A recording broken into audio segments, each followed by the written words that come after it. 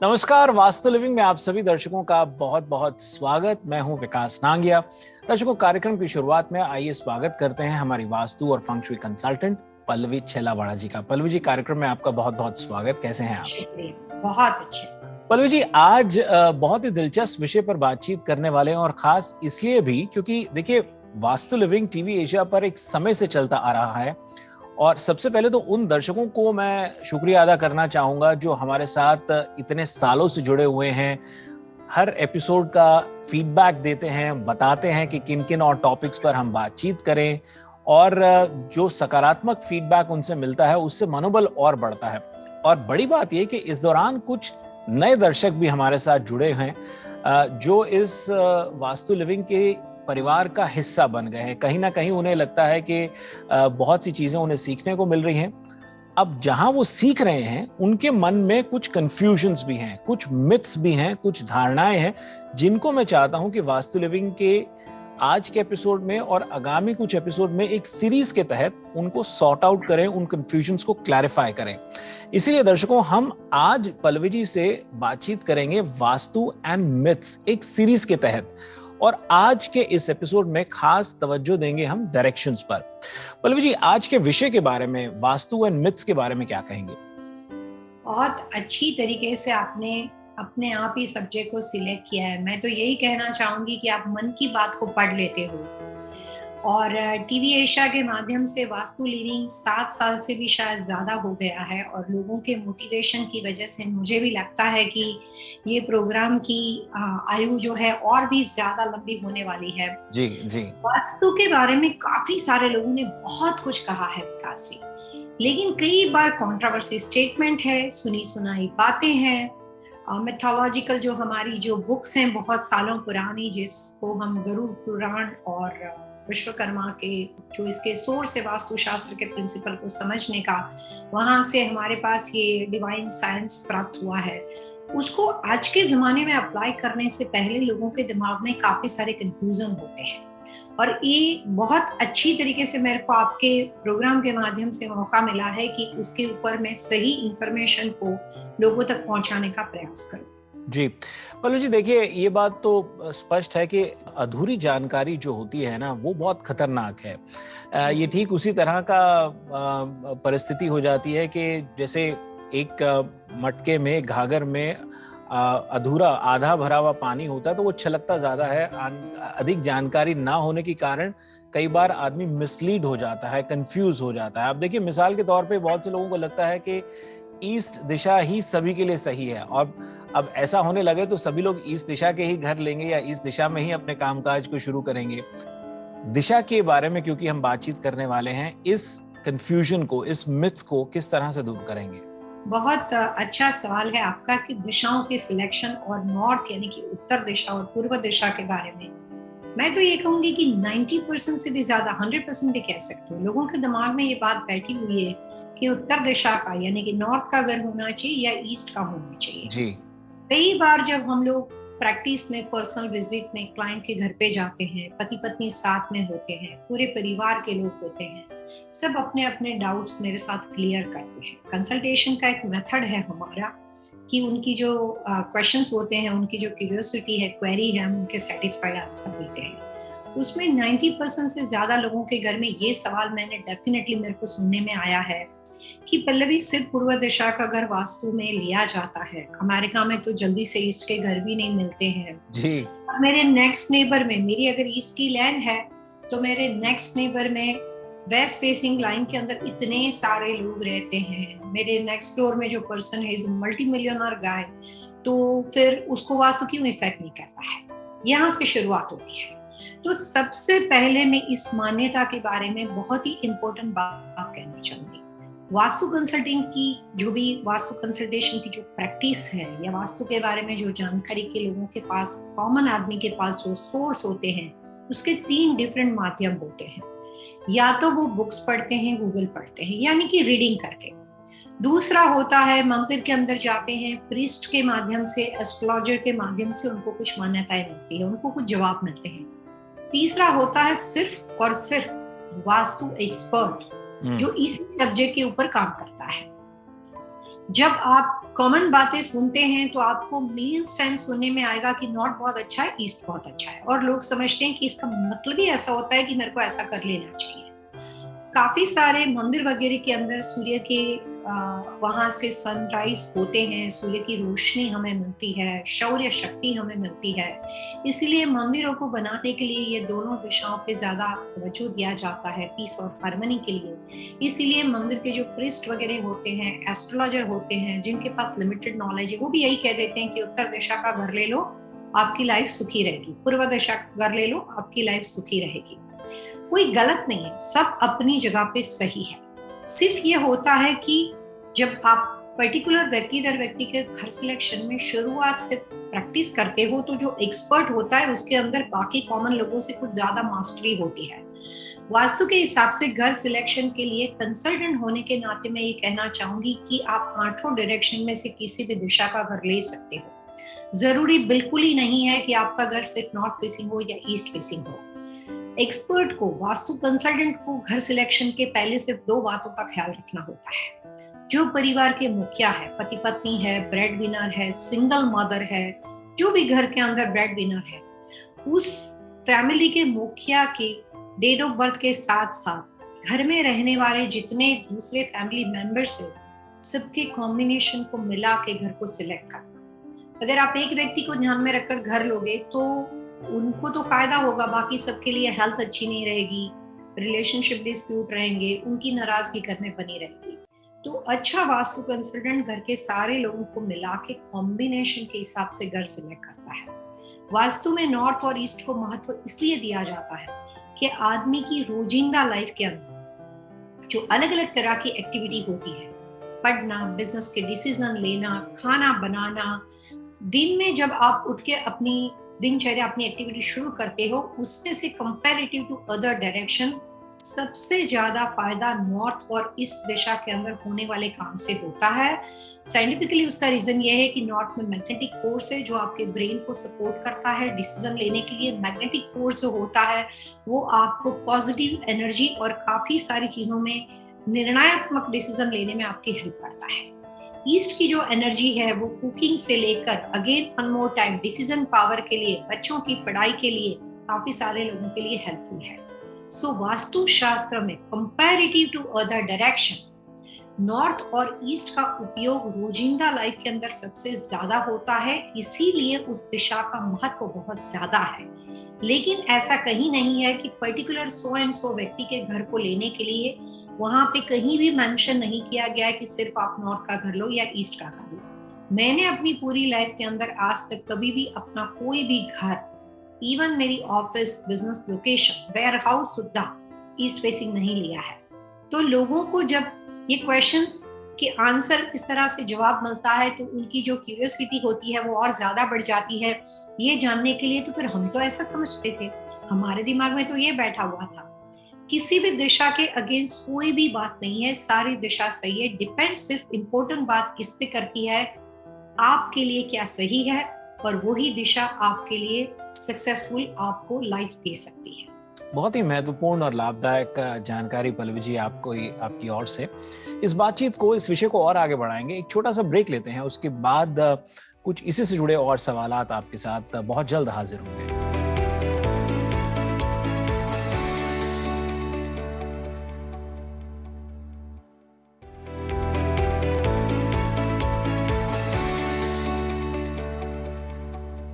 Break के बाद vastu living में आप सभी दर्शकों का एक बार फिर से स्वागत। मैं विकास नांगिया। पल्लवी जी से आज हम एक सीरीज के तहत, वास्तु एंड मिथ्स के तहत बातचीत कर रहे हैं, खास डायरेक्शन के बारे में। डायरेक्शन से जुड़े जो लोगों के मन में मिथ्स हैं, जो अलग अलग धारणाएं हैं, कंफ्यूजन्स हैं, उनको सॉर्ट आउट करने का, क्लैरिफाई करने का प्रयास कर रहे हैं। पल्लवी जी, कार्यक्रम में आपका एक बार फिर से बहुत बहुत स्वागत। हर साल डायरेक्शंस बदलती रहती हैं। जैसे इस साल आपने साउथ को लेकर के सचेत रहने की, पिछले कुछ एपिसोड्स में जब हमने बातचीत करी थी, तो कुछ इस तरह से लोगों को कंफ्यूजन है, कुछ मिथ्स हैं कि साल दर साल डायरेक्शन कैसे बदलती है। यदि एक व्यक्ति के लिए मान लीजिए कोई कार्डिनल या सब कार्डिनल दिशा सही है, तो ये साल दर साल कैसे बदलता है, उस चीज को कैसे क्लैरिफाई करेंगे? जैसे किसी भी सक्सेसफुल आदमी के बारे में हम कहते हैं कि सक्सेस जो होती है वो टीम वर्क से मिलती है। इसका मतलब होता है कि वो एक अकेला नहीं है, उसके आसपास सक्सेसफुल होने के लिए जितने लोग जुड़े हैं, जो भी अलग अलग तरह के फैक्टर्स उन्होंने अपनी लाइफ में अप्लाई किए हैं, उसमें से 90% से भी ज्यादा चीज उन्होंने परफेक्टली की है, तब जाके वो सक्सेसफुल है। 100% तो हम किसी को नहीं दे सकते, सो हम 95% के ऊपर जा सकते हैं। उसी तरीके से वास्तु शास्त्र को समझने के लिए सिर्फ पर्टिकुलर एक दिशा का दरवाजा या एक दिशा का घर हो जाना काफी नहीं होता है। जैसे हम एक घर खरीदते हैं, उसके बाद कुछ सालों के बाद उसको मेंटेन करना पड़ता है, 10-12 साल के बाद कल्प दोबारा करना पड़ता है, उसके फ्लोरिंग वगैरह या कोई भी तरह के कंस्ट्रक्शन में चेंजेस है तो वापस हमें उसे ठीक करना पड़ता है। ठीक उसी तरीके से वास्तु शास्त्र के हिसाब से बेस होता है घर सिलेक्शन का उस परिवार और उस फैमिली के अंदर रहने वाला कॉम्बिनेशन, साथ में रहने वाले सारे परिवारजन। बने बनाए घर में हर साल को वास्तु अप्लाई करने के लिए आपको बिल्डिंग बदलने की आवश्यकता नहीं है। ये मैं क्लेरिफाई करूं, ये भी एक गैर मान्यता बोल दो या मिथ्स के साथ जुड़ा हुआ है। बिल्कुल। हम जब कंसल्टेशन करते हैं तो कहते हैं कि हम आपकी प्रॉपर्टी को मेंटेन करेंगे। मेंटेन करने का मतलब होता है कि आज आप 2022 में मुझसे बात कर रहे हैं, हमने 2022 के हिसाब से आपको काफी फायदा पहुंचाने के लिए जितनी भी वास्तु की टिप्स आपके लिए सूटेबल थी वो आपको दे दी। लेकिन हो सकता है कि यही टिप्स आपके लिए 2023 में यानी कि 2023 के अंदर नेगेटिविटी क्रिएट कर दे। तो एक अच्छा कंसल्टेंट कभी भी वन टाइम कंसल्टेशन नहीं कर सकता। अगर जब भी आप वन टाइम कंसल्टेशन करते हो आप फेल हो जाते हो, ना क्लाइंट को फायदा मिलता है, ना सेटिस्फेक्शन मिलता है, ना ही प्रोफेशनल पर्सन को। सो प्रॉपर्टी को मेंटेन किया जाता है। उसका रीजन ये है कि हर साल यूनिवर्स के हिसाब से बदलते हुए बदलाव के अनुसार वही घर वही दिशा, चाहे आप वहां पे 40 साल से रहे हो, 12 साल से रह रहे हो, लेकिन 15 साल से, जो भी टाइम फ्रेम हो, लेकिन एवरी ईयर घर सिलेक्शन के बाद आप कॉन्शियस होके उस बिल्डिंग को जैसे मेंटेन करते हो उसी तरीके से आप अपने घर के वास्तु को भी मेंटेन करते हो। वहीं पे रहकर अलग अलग तरह की सिंपल टिप्स से आप दिशाओं को इन्हांस करते हो, तो आपके लिए एवरी ईयर जो होता है वो लाभदायक बन जाता है। तो जो हम हर साल वास्तु अप्लाई करने के लिए कहते हैं उसमें कभी भी घर या बिल्डिंग बदलना नहीं है। एग्जिस्टिंग कमर्शियल प्रीमाइसिस, एग्जिस्टिंग घर के अंदर आपको जो भी साल के बारे में बातचीत की जाती है उसके अनुसार साल के बिगिनिंग में, मिडल में भी नहीं, एंड में भी नहीं, बिगिनिंग में 15 to 20 मिनट्स का टाइम स्पेंड करके थोड़े बहुत चेंजेस करने होते हैं जो अपने एक्सपर्ट और आपके प्रोफेशनल कंसल्टेंट होते हैं वो आपको एडवाइस करते हैं। तो वास्तु बिल्डिंग के मेंटेनेंस की तरह है जो हर साल मेंटेन किया जाता है। जी, और बहुत से लोगों को मिथ्स कहें, फिर वही बात के कंफ्यूजन कि घर की डायरेक्शन देखनी किस तरह से है। एक तो वो बहुत सिंपल सरल चीज है, लेकिन उसको बार बार अगर हम अपने दर्शकों को क्लैरिफाई करते रहेंगे तो उनको समझने में आसानी होगी और हमारे लाइव शोज में उन्हें सवाल पूछने में आसानी होगी कि घर की दिशा देखनी कैसी है। दूसरा ये भी कि घर के अंदर मान लीजिए अब कोई जना ईस्ट में रहता है या कोई वेस्ट में या नॉर्थ वेस्ट में या साउथ वेस्ट में, एक तो घर का फ्रंट हुआ, फिर घर के भीतर भी उनको घर के अलग अलग कमरों की डायरेक्शंस देखने में कुछ कंफ्यूजन होती है, कुछ उसके बारे में भी गाइड कर दीजिए।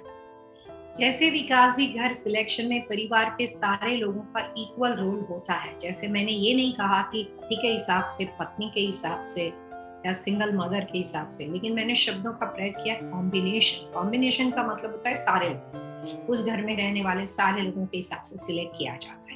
उसका मीनिंग ये हुआ कि घर के जो ब्रेड विनर होते हैं उसके लिए मेन डोर सिलेक्ट किया जाता है और बाकी के तमाम फैमिली मेंबर्स के लिए उनके जो बेडरूम्स होते हैं जहाँ पे वो अपनी लाइफ में, आदमी की कम से कम नींद 7 से 8 घंटे की होती है। आप कितना भी बड़ा घर बनाओ, 12 स्क्वायर फीट का हो या आपका 12,000 स्क्वायर फीट का घर हो, आदमी ज्यादातर कुछ दिशाओं में सबसे ज्यादा घूमता रहता है। Kitchen area, main entrance door, bedrooms उनके, office area, guest room, powder room, formal dining, formal living. वहां पे कई बार ऐसा होता है कि घर हमारा है लेकिन फिर भी काफी सारे लोग कहते हैं कि गेस्ट रूम में मैं आज तक कभी नहीं सोया, मैं खुद अपने गेस्ट रूम में आज तक कभी नहीं सोई। तो कई बार ऐसा होता है। वास्तु उस बात पे निर्भर करता है कि जिस दिशाओं का, जिस कमरों का, जिस रूम की पोजीशन जिस डायरेक्शन की बनी हुई है उसका आप सबसे ज्यादा इस्तेमाल करते हो, उसका इफेक्ट आपकी लाइफ के ऊपर होता है।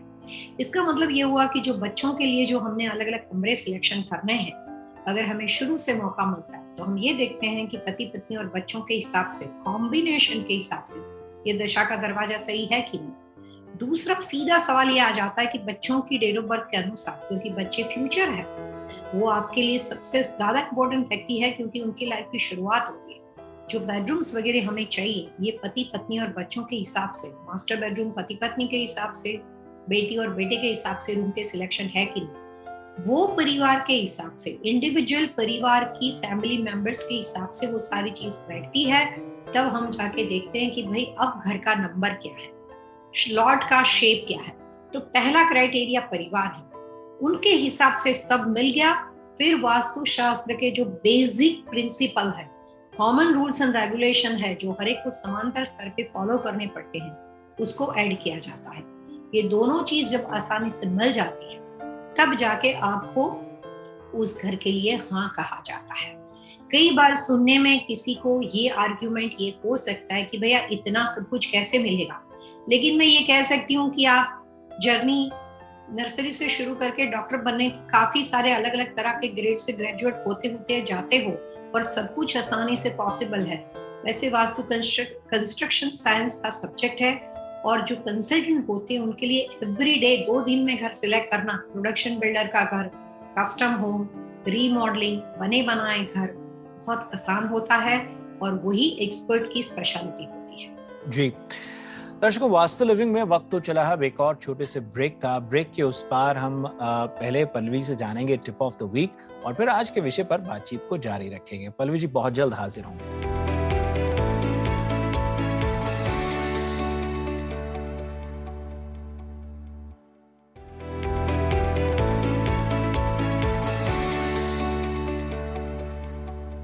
पल्लवी जी, कार्यक्रम में आपका बहुत बहुत स्वागत फिर से। इससे पहले कि आज के विषय को आगे बढ़ाएं, पहले आपसे जान लेते हैं टिप ऑफ द वीक क्या कहेंगे। जैसे हम इस प्रोग्राम में कुछ ऐसी बातें बता रहे हैं जो सुनी सुनाए हैं, ऑथेंटिकल नहीं है एक्सपर्ट के पॉइंट ऑफ व्यू से।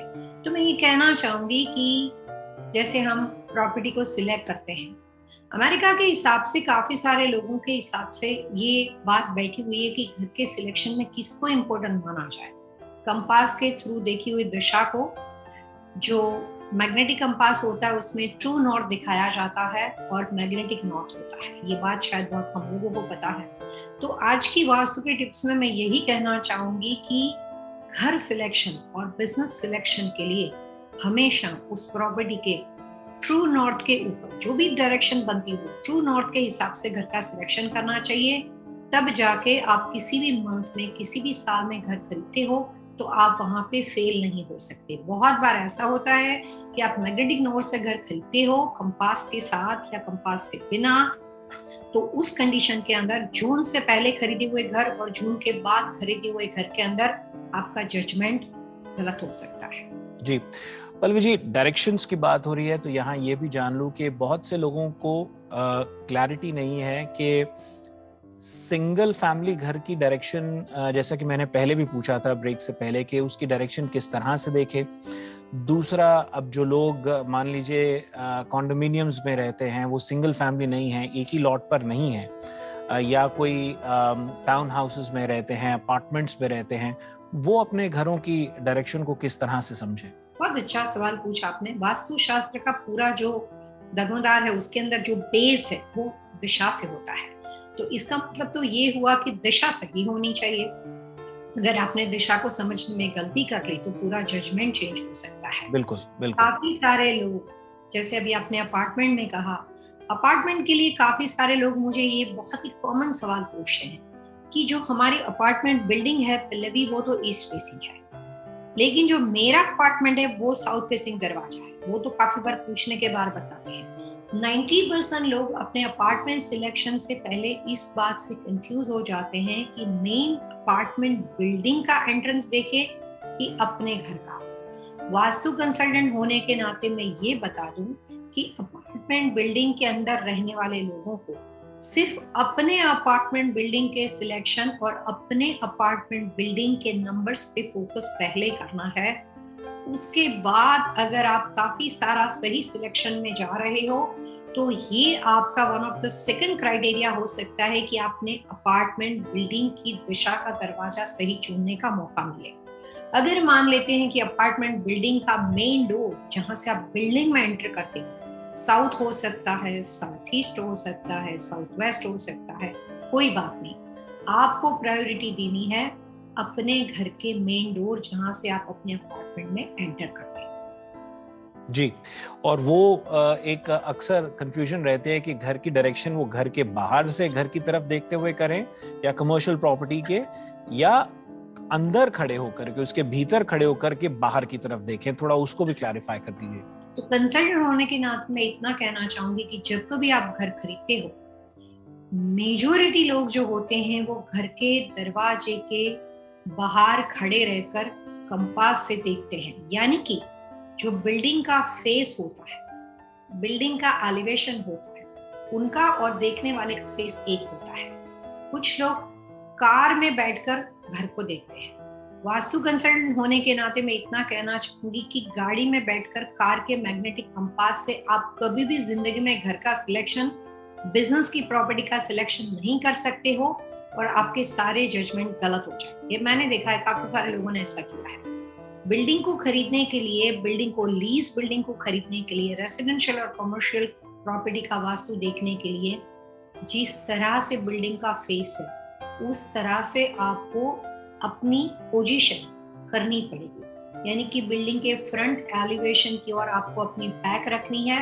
जैसे बिल्डिंग देख रही है वैसे आपको अपना फेस करना है और उसके बाद सामने कंपास आपसे क्या कह रहा है वो समझना है, और साथ में उसी के साथ साथ बिल्डिंग के स्क्वायर फीटेज के हिसाब से कंपास को कैलकुलेट करना है। मैं कुछ दिनों पहले टैंपा गई हुई थी। मेरे क्लाइंट ने बोला पल्लवी मैंने ईस्ट फेसिंग घर लिया। मैंने कहा बहुत अच्छा है, फिर भी बहुत सारे प्रॉब्लम्स हो रहे थे। उन्होंने कंसल्टिंग के लिए मुझे बताया। मैं वहां पे गई, उनके पास खड़ी रही और मैंने कहा कि मैडम आपने गलती से ईस्ट की रट लगाते हुए साउथ ईस्ट का घर ले लिया है। उन्होंने कहा हो ही नहीं सकता। अब वास्तु जो है उसमें सिर्फ 1+1 2 ही होता है, इसमें कोई 1+1 11 नहीं होता है, इमेजिनेशन नहीं हो सकती। हम दोनों कंपास मेरे एंगल से खड़े रहकर, मेरे प्रोफेशनल कंपास को लेकर मैं उनके पास खड़ी रही और कंपास क्या कहता है वो समझाया। तब जाके उन्होंने कंपास के अंदर ये देखा कि भैया खड़े हो, सामने ईस्ट दिखता है लेकिन उसके आजू बाजू में बहुत कुछ कंपास बोल रहा है। लेकिन जब उन्होंने कंपास को समझा तब जाके कहा कि हाँ ये तो गलती हो गई, ये तो मैंने गलती से साउथ ईस्ट का कर लिया। तो विकास जी बहुत अच्छा सवाल आपने पूछा। घर के बाहर खड़े रहकर, घर की ओर बैक करके, पीठ करके सामने जो दिशा दिखती है उस दिशा को घर का फेसिंग माना जाएगा, लेकिन दरवाजा नहीं माना जाता। उसके बाद बिल्डिंग में जहां भी गैराज डोर हो, स्ट्रेट हो, पीछे हो, राइट में हो, लेफ्ट में हो, सेंटर में हो, उसको मैग्नेटिक कंपास के साथ कैलकुलेट करके आपको अपने घर की राइट पोजीशन को देखनी है। 90% लोगों की मान्यता घर में घुसने के बाद, जैसे आप घर में एंटर करते हो, अगर सामने ईस्ट दिखता है तो बोलेंगे मेरा घर ईस्ट वेस्ट है। ईस्ट और वेस्ट एक दूसरे से बहुत दूर है। ईस्ट वेस्ट घर हो नहीं सकते, नॉर्थ साउथ घर हो नहीं सकते, क्योंकि जब आप एंटर करते हो और आपको जो बैकयार्ड में दिखता है वो दिशा को आप अपने घर की दिशा समझते हो, पर वो गलत कॉन्सेप्ट है। सही कॉन्सेप्ट ये है कि घर का फेसिंग जो है वो ही फेस आपको करके अपने लिए सही दिशा का घर ढूंढना है। साथ में मैग्नेटिक कंपास की हेल्प से कैलकुलेशन करके समझना है कि एंट्रेंस और गैराज डोर आपके लिए सूटेबल है कि नहीं। जी दर्शकों, आज से हमने पल्लवी जी के साथ वास्तु एंड मिथ सीरीज के तहत डायरेक्शन पर बातचीत करी। अगले एपिसोड में पल्लवी जी, यदि आप को लगता है कि हम लॉट्स पर बात करें, वो सुझाव आपको कैसा लग रहा है? क्योंकि बहुत से लोगों के मन में कंफ्यूजन है कि गौमुखी लॉट बहुत अच्छा होता है, किसी को शेरमुखी लॉट को लेकर के अलग अलग धारणा है, मिथ्स हैं, कंफ्यूजन है।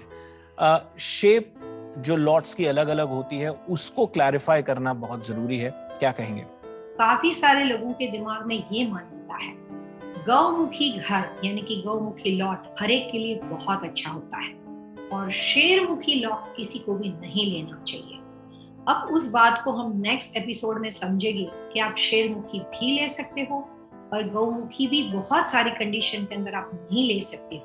उसका डिफरेंस क्या है वो समझने के लिए आपको नेक्स्ट एपिसोड तक हमारे साथ जुड़ना पड़ेगा। जी दर्शकों, वास्तु लिविंग के आज के एपिसोड में इतना ही। यदि आज के विषय से संबंधित आपके मन में कोई सवाल सुझाव, आप हमें लिख सकते हैं vastu@tvasiausa.com पर, और पल्लवी जी से सीधा संपर्क करने का सरल आसान तरीका pallavichellawada.com। पल्लवी जी, अगले अंक तक के लिए आइए दर्शकों से मिलकर के आज्ञा लेते हैं। Wish you all happy vastu.